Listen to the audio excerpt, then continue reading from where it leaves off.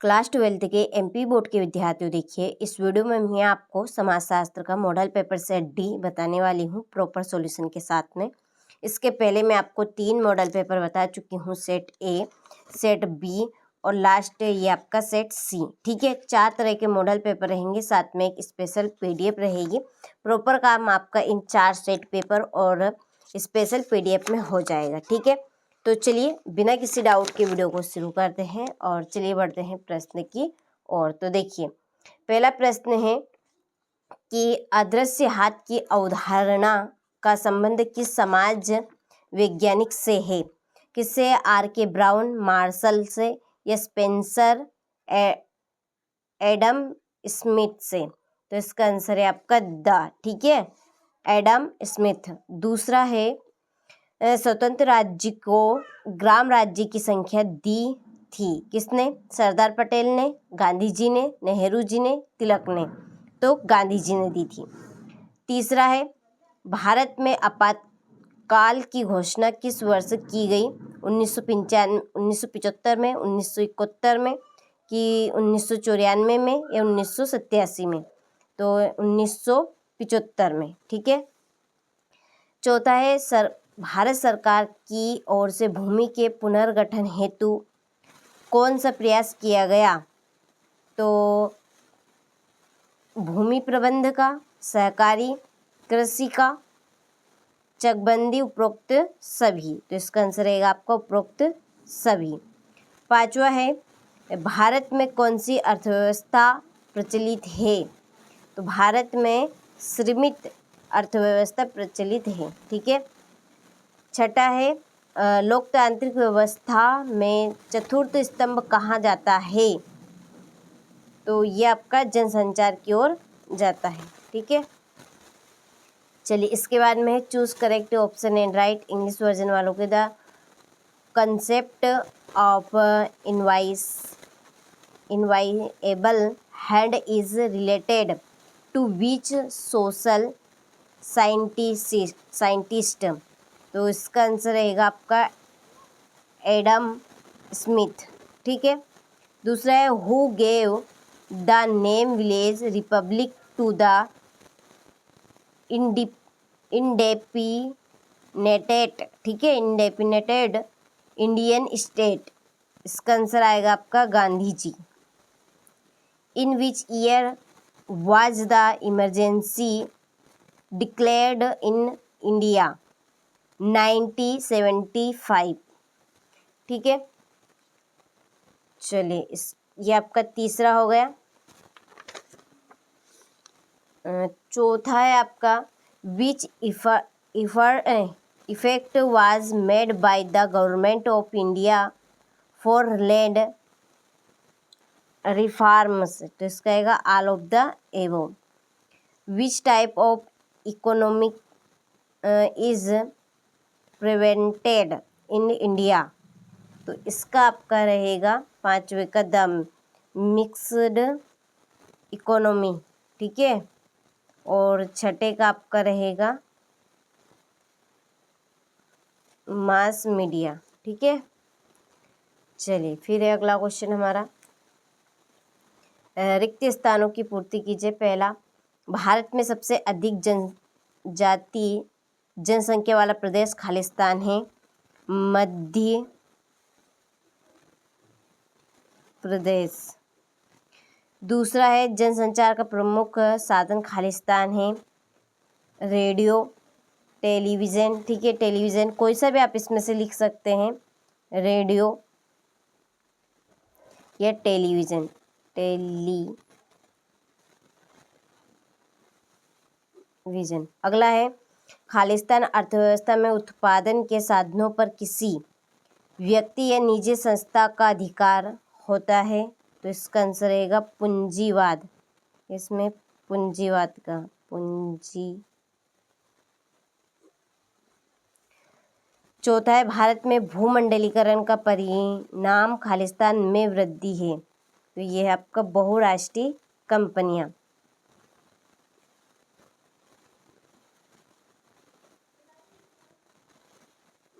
राष्ट्रीय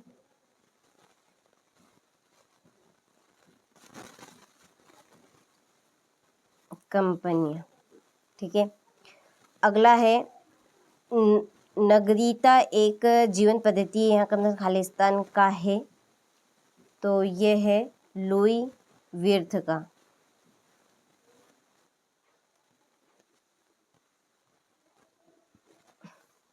सामाजिक विधानों का सीधा संबंध समाज खालिस्तान से है, मानो। ठीक है, चलिए यहाँ से आप स्क्रीनशॉट ले लीजिए। इसके बाद में ये आपके इंग्लिश वर्जन वालों के लिए। ठीक है, चलिए तीसरा है सत्यासत्य लिखिए। पहला, भारत की जीवन प्रत्याशा विगत वर्षों में घटी है, तो ये असत्य है। दूसरा है भारत में भूमंडलीकरण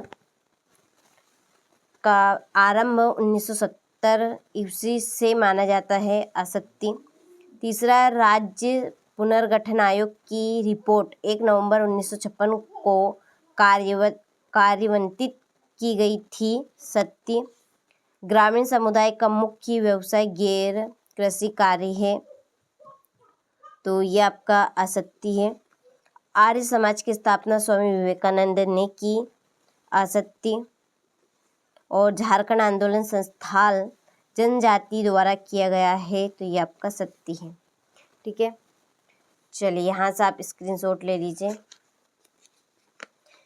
इसके बाद में ये आपके इंग्लिश वालों के लिए। ठीक है, चलिए एक वाक्य में उत्तर दीजिए। पहला, वंश परंपरा के आधार पर परिवार के 2 प्रमुख रूप कौन से हैं? तो एक तो देखिए यहाँ पर मैं लिख देती हूँ, पितृवंशी और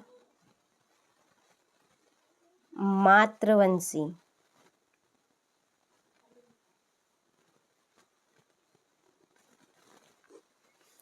दूसरा है सांप्रदायिकता किस प्रकार की विचारधारा है? तो यह है संकीर्णी। नर्मदा आंदोलन में महत्वपूर्ण भूमिका निभाने वाली महिला का नाम क्या है? तो मेधा पाटकर।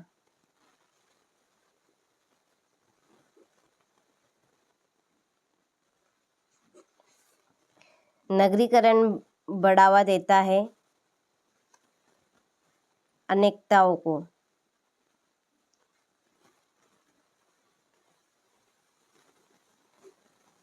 और क्या भूमंडलीकरण एवं उदारीकरण संयुक्त प्रक्रियाएं है? तो ये हाँ। इसका आंसर आपका रहेगा योगेंद्र सिंह। ठीक है, और छठे का सरपंच।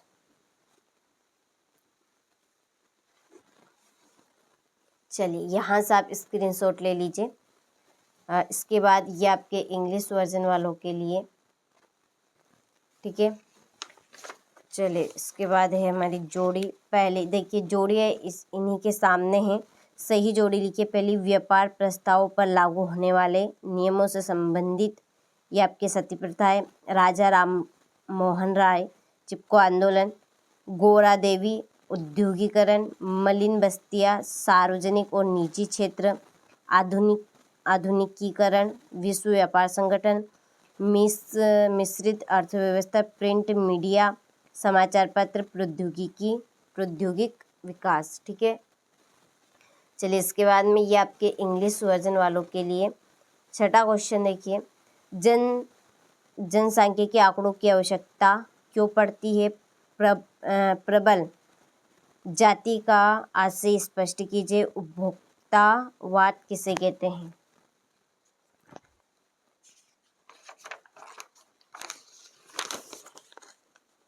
चलिए 9वां है, लैंगिक विषमताओं से आप क्या समझते हैं? उद्योगीकरण से उत्पन्न होने वाली कोई ही 2 प्रमुख समस्याओं को लिखिए। प्रार्थना समाज के 2 उद्देश्य लिखिए। भारतीय संविधान द्वारा प्रदत्त मौलिक अधिकारों के नाम लिखिए।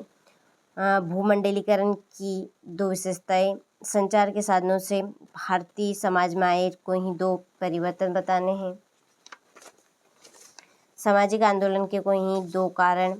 किस तरह से एक बाजार जैसे कि एक साप्ताहिक ग्रामीण बाजार एक सामाजिक संस्था है। सांस्कृतिक विविधता का क्या अर्थ है, इसकी विशेषता बतानी है। मजदूर वर्ग की समस्याओं का वर्णन करना है। ठीक है, चलिए कृषक आंदोलन के कारण लिखिए कोई 3। इसके बाद में आपका 20वां, वे कौन से नियम हैं जिनका पालन करने के लिए जाति व्यवस्था बांध करती है, कुछ के बारे में बताइए। ठीक है, जाति विषमताओं को दूर करने के लिए अपनाई गई कुछ नीतियों का वर्णन करें। भारत में भूमि सुधार के कोई 4 उद्देश्य आपको बताने हैं। ठीक है, चलिए तो प्रॉपर आपने अथवे सहित प्रश्न का स्क्रीनशॉट ले लिया होगा, तो इस सेट डी को कंप्लीट आप अच्छे से करें।